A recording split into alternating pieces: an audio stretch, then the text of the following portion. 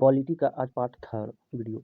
जहाँ से छोड़ते वहाँ से। प्रस्तावना में पंथ निरपेक्ष शब्द का अर्थ भारत का अपना कोई भी धार्मिक पंथ नहीं होगा, सभी धर्म समान होगा। प्रस्तावना में संपूर्ण प्रभु संपन्न का शब्द अर्थ होता है कि भारत सरकार किसी भी विदेशी प्रभाव और सत्ता का नियंत्रण सदैव मुक्त रहेगी।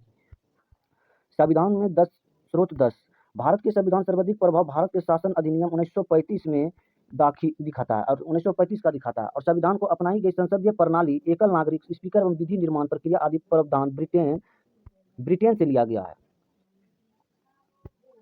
सर्वाधिक संविधान की सर्वोच्च मौलिक अधिकार न्यायिक पूर्वालोकन, निर्वाचन, राष्ट्रपति, उस पर महाभियोग, उपराष्ट्रपति और न्यायपालिका की स्वतंत्रता आदि प्रावधान अमेरिका के संविधान से लिया गया है। मौलिक कर्तव्य का प्रावधान रूस से लिया गया है और जबकि संविधान संशोधन प्रक्रिया प्रावधान दक्षिण अफ्रीका से संविधान से लिया गया। आपातकाल संबंधी प्रावधान जर्मन के वीमर संविधान और विधि द्वारा स्थापित प्रक्रिया जापान से लिया गया है। प्रावधान की जर्मनी से वीमर संविधान और विधि द्वारा स्थापित प्रक्रिया जापान से लिया गया। समवर्ती सूची केंद्र और राज्य के बीच संबंध, प्रस्तावना की भाषा आदि ऑस्ट्रेलिया से संविधान से लिया गया है। संगठनात्मक शासन, अवशिष्ट शक्तियां केंद्र के पास आदि प्रावधान कनाडा से संविधान से लिया गया है। कनाडा के संविधान से लिया गया है। भारत के नीति निर्देशक तत्व, राष्ट्रपति, निर्वाचन मंडल और राज्य के राष्ट्रपति द्वारा मनोनीत सदस्य की आदि प्रावधान आयरलैंड से लिया गया है। कहाँ से? तो आयरलैंड से। स्वतंत्रता, समानता और बंधुता कथन फ्रांसीसी क्रांति की देन है। संविधान की अनुसूची। भारत में मूल संविधान के 8 अनुसूची लेकिन वर्तमान में से 12 अनुसूची है। प्रथम अनुसूची भारत संघ के 28 राज्य 8 केंद्र शासित प्रदेश का उल्लेख किया गया है। द्वितीय अनुसूची में भारतीय राज्य व्यवस्था की पदाधिकारियों की जैसे राष्ट्रपति, उपराष्ट्रपति, राज्यपाल, न्यायालय के न्यायाधीश आदि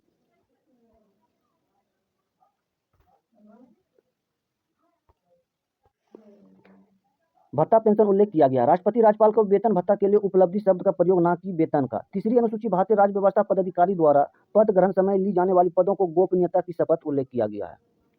भारत के राष्ट्रपति अनुच्छेद 60 और उपराष्ट्रपति 69 एवं राज्यपाल 159 के उल्लेख प्रारूप आधार पर पद का गोपनीय शपथ लेते हैं।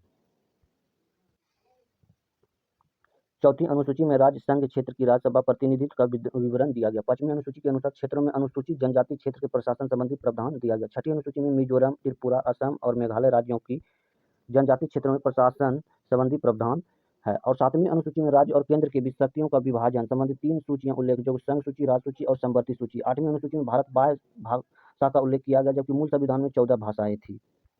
9वीं सूची में प्रथम संविधान संशोधन 1951 के तहत जोड़ा गया, जिसे संपत्ति अधिग्रहण संबंध प्रावधान है और तमिलनाडु राज्य का आरक्षण संबंधी प्रावधान भी शामिल है। 10वीं अनुसूची में 52वां संविधान संशोधन 1985 द्वारा जोड़ा गया, जिसके तहत दल बदल कानून प्रावधान है। 10वीं अनुसूची में दल बदल कानून। 11वीं अनुसूची 73वें संविधान संशोधन 1993 द्वारा जोड़ा गया है, जिसके तहत पंचायती राज व्यवस्था की प्रावधान है। 12वीं अनुसूची 74वें संविधान संशोधन 1993 में जोड़ा गया, जिसके तहत शहर के शासन व्यवस्था का प्रावधान है।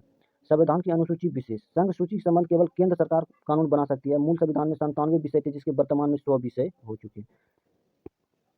संघ सूची के तहत प्रमुख विषय रक्षा, विदेश।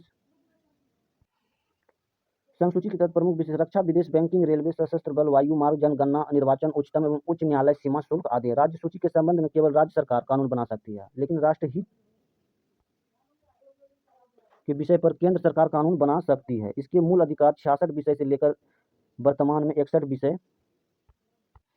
विषय है। राज्य सूची के प्रमुख विषय स्थानीय शासन, पुलिस, सड़क, भूमि, कृषि, सिंचाई, राज्य लोक सेवा आयोग, बिक्री कर आदि है। समवर्ती सूची का संबंध राज्य और केंद्र सरकार दोनों कानून बना सकते हैं, जिसके तहत मूल संविधान में 47 विषय है, जबकि वर्तमान में 52 विषय है। 42वें संविधान संशोधन द्वारा शिक्षा और वन को समवर्ती सूची में शामिल किया गया है। समवर्ती सूची के प्रमुख विषय नियोजन, परिवार नियोजन, विवाह विच्छेदन, जनसंख्या नियंत्रण, विद्युत बट और माप, जन्म मृत्यु प्रमाण पत्र, दंड विधि आदि। 21वां संविधान संशोधन 1967 के तहत सिंधी भाषा को 8वीं अनुसूची में जोड़ा गया है। भाषा 8वीं अनुसूची में। 71वें संविधान संशोधन 1992 के तहत कोंकणी, मणिपुरी और नेपाली 8वीं सूची में जोड़ा गया। और 92वें संविधान संशोधन 2003 के तहत मैथिली, संथाली, डोगरी और बोडो 8वीं अनुसूची में ही जोड़ा गया। और 96वें संविधान संशोधन 2011 के तहत 8वीं सूची में उड़िया भाषा की जगह ओडिशा लिखा गया। 11 जनवरी 2007 को सर्वोच्च न्यायालय की संविधान पीठ के 9वीं अनुसूची में सम्मिलित कानून की समक्ष करने की संबंध निर्णय दिया।